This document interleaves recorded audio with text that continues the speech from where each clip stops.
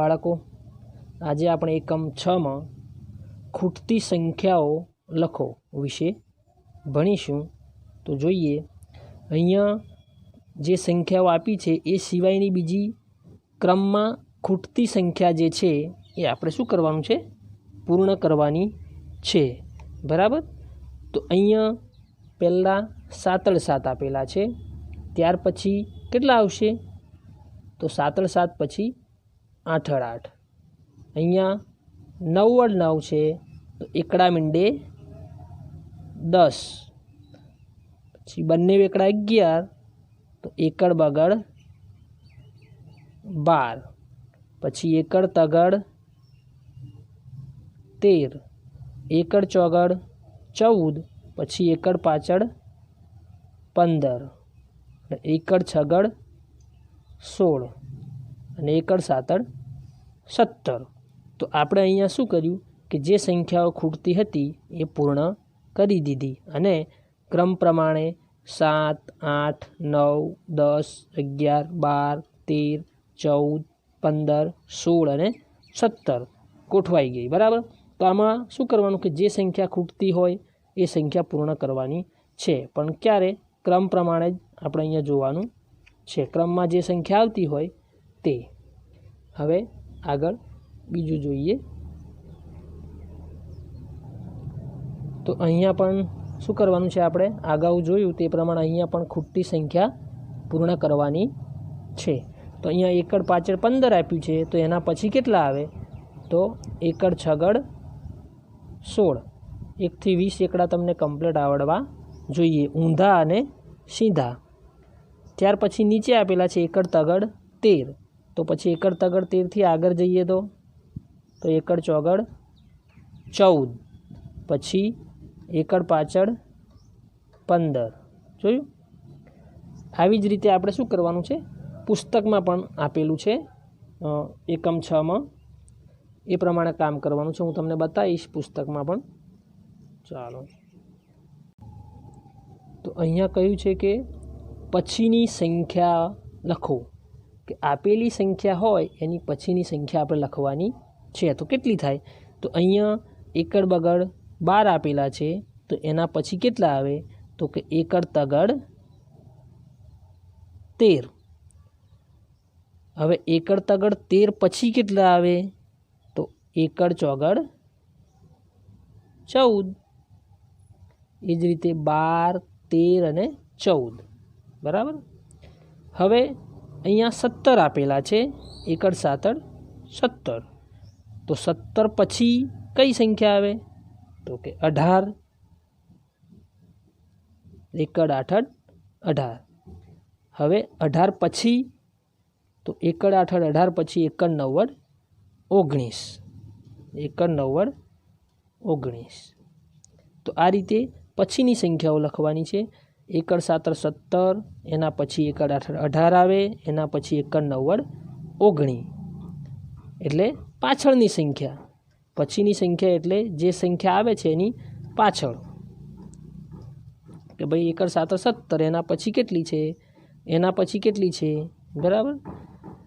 આ જ રીતે આપણે પુસ્તકમાં પૂર્ણ થયા પછી જોઈશું।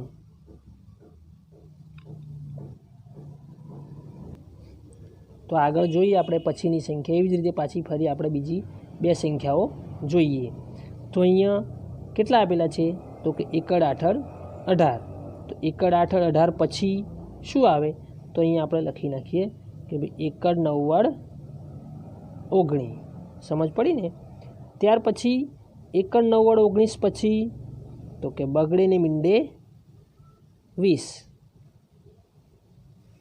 બરાબર। એટલે કે 18 પછી 19 અને એના પછી 20, એટલે કે 18 19 ને 20।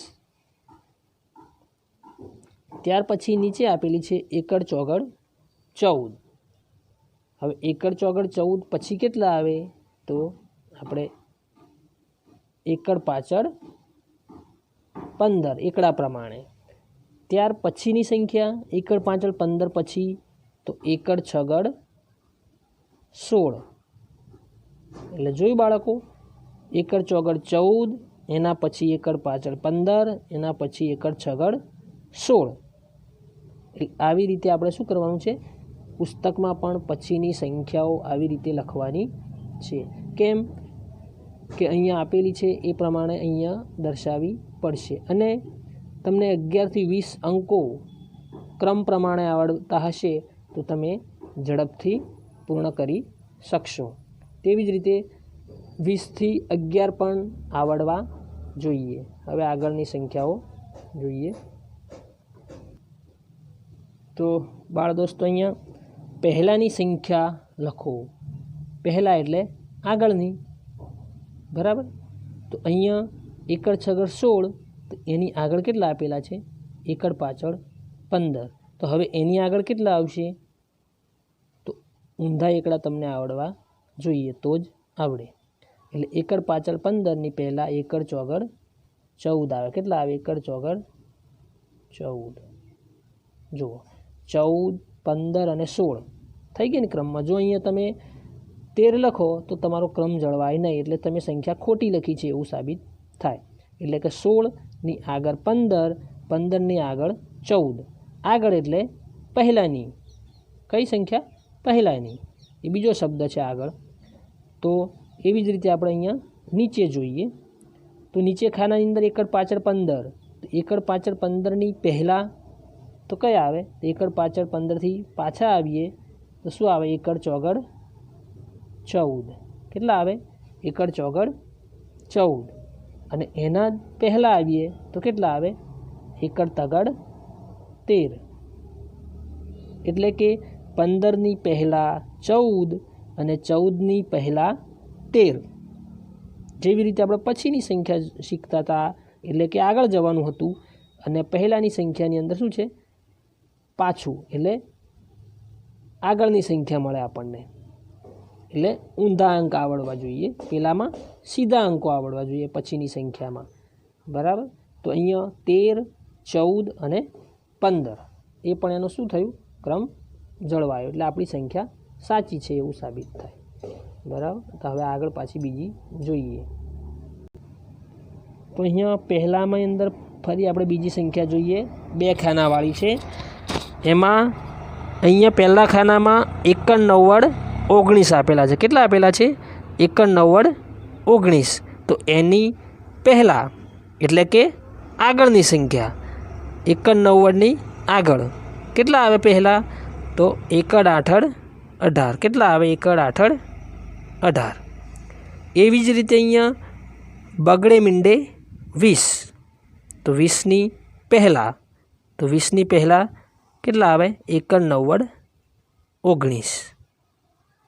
એટલે આપણને ઊંધા અંક આવડવા જોઈએ તો જ આપણને સરળતાથી અને ઝડપથી ખબર પડે કે ભાઈ બગડે મીંડે 20, એકડ 90, 19, એકડ 8, 18, એકડ 7, 17, એકડ છગડ 16, એકડ પાછળ 15, એકડ ચોગડ 14, એકડ તગડ 13, એકડ બગડ 12 અને બંને એકડા 11.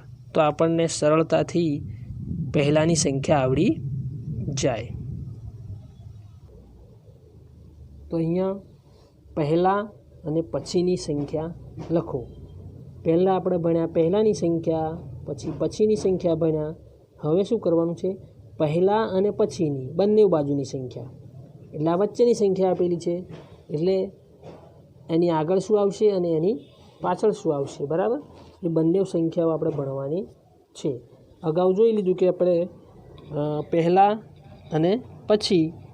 તો અહીંયા હવે પહેલાંની અને પછીની બંને સાથે જોવાની છે.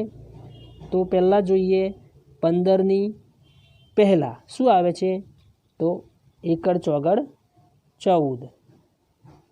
અગાઉ શીખ્યા તે પ્રમાણે. હવે 15ની પછીની, તો 15 પછી કેટલા આવે, 16. કેટલા આવે, 16. એકડ છગડ 16. હવે એકડ ચોગડ 14 અને એકડ છગડ 16 આ બેની વચ્ચેની સંખ્યા કઈ કહેવાય, તો એકડ પાછળ 15. એટલે જોડે જોડે આપણે વચ્ચેની સંખ્યા પણ શું કરવાનું છે, શીખી લેવાની છે. ત્યાર પછી અહીંયા 17 આપેલા છે. તો 17ની પહેલાં એટલે કે આગળ, તો 17ની આગળ કેટલા આવે, તો એકડ છગડ 16 કેટલા આવે? એકડ છગડ 16 અને એની પાછળની સંખ્યા એટલે કે પછીની સંખ્યા એકડ સાતડ 17 એના પછી એકડ આઠડ 18 કેટલા આવે? એકડ આઠડ 18 આવી રીતે બાળ દોસ્ત તમારે લખવાનું છે, પરંતુ તમને એકડા કમ્પ્લીટ આવડવા જોઈએ.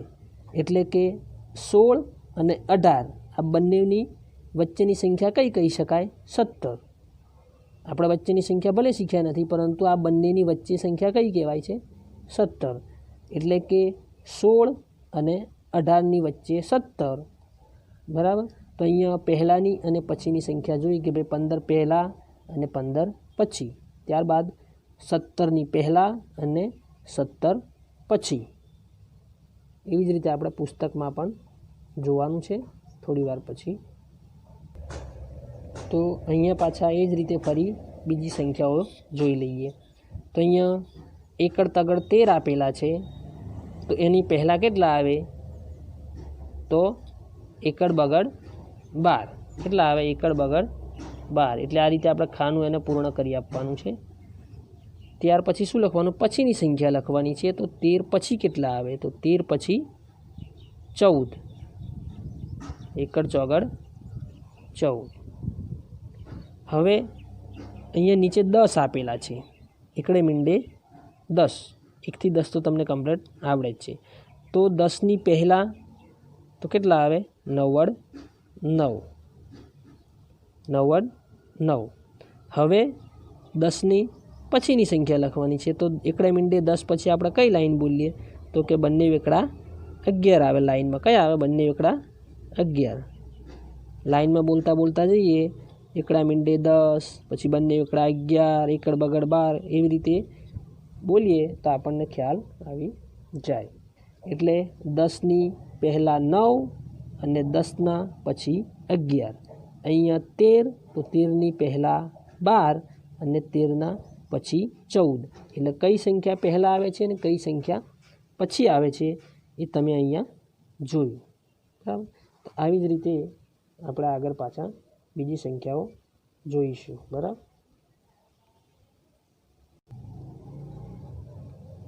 તો બાળકો અહીંયા આપણે અગાઉ ઘણી પ્રવૃત્તિ જોઈ, એની અંદર પણ શું હતું? ખૂટતી સંખ્યાઓ લખો એવું આપેલું હતું. તો આપણે ક્રમબદ્ધ શું લખવાનું હતું? ખૂટતી સંખ્યા લખવાની હતી. બરાબર. તો અહીંયા પણ શું કરવાનું છે? એ જ પ્રમાણે ખૂટતી સંખ્યા લખવાની છે. જે સંખ્યા ખૂટતી હોય ક્રમમાં એ લખવાની છે. તો અહીંયા હું તમને બધી નથી લખાવતો, અગાઉ બતાવ્યું છે, એટલે તમારા જાતે પૂર્ણ કરવાનું છે પુસ્તકનું કાર્ય. અહીંયા એકડા મીંડે 10 છે, તો શું આવે? અહીંયા બંને એકડા 11 આવે.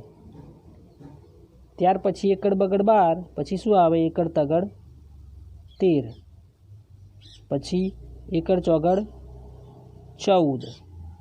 ત્યાર પછી એકડ પાછળ 15 છે, તો એના પછી એકડ છગડ 16. એવી રીતે 17 18 19 અને 20 આ તમારે જાતે પૂર્ણ કરવાનું છે. હવે નીચે પણ આપેલા છે. તો એકડ છગડ 16 પછી અહીંયા આપણે અગાઉ શીખ્યા એ પ્રમાણે એકડ છગડ 16 પછી એકડ સાતડ 17 લખવાના અહીંયા, અને ત્યાર પછી આ એકડ આઠડ 18. એવી જ રીતે અહીંયા એકડ તગડ 13 એના પછીની સંખ્યા કઈ આવશે? તો કે એકડ ચોગડ 14. એ તમારે શું કરવાનું છે? હું લખાવતો નથી, અગાઉ શીખવાડ્યું છે એટલે તમારે જાતે લખવાની છે. ત્યાર પછી એકડ પાછળ 15 આવ્યા. એટલે અહીંયા ક્રમમાં અંકો આવડતા હોય એટલે તમને ખ્યાલ આવી જશે. અહીંયા લખ્યું છે કે પછીની સંખ્યા લખો. આપણે જોયું હતું અગાઉ. તો કે 18 પછી કેટલા આવે?